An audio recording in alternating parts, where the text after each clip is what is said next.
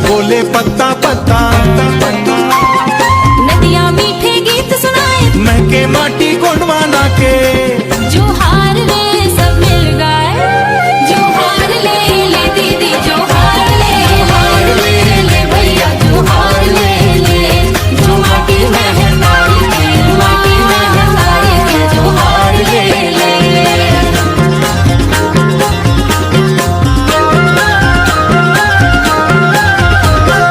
बरगद छाँव तले सब भाई बैठे, हंसते गाते प्यार बढ़ाए। धान की बाली लहर हर बोले, खुशियों के दीप जलाए। मिलजुल कर हम खेती करबो, मेहनत से खुशहाली लाए।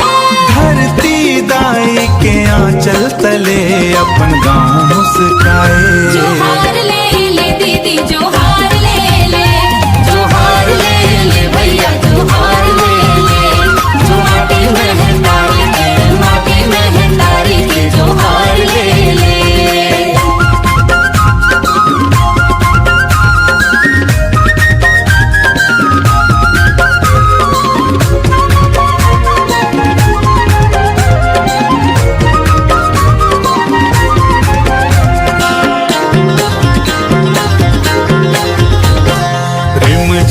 रिम झिम पानी बरसे, आषाढ़ सावन गीत सुनाए।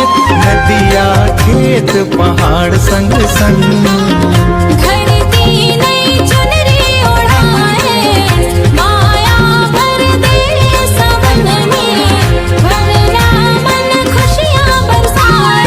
गाँव गाँव में गूंजे हंसी प्रेम के फूल खिलाए। जोहार ले दीदी, जोहार ले जोहार ले भैया, जोहार ले जो माटी में है नारी के, माटी में है नारी के, जोहार ले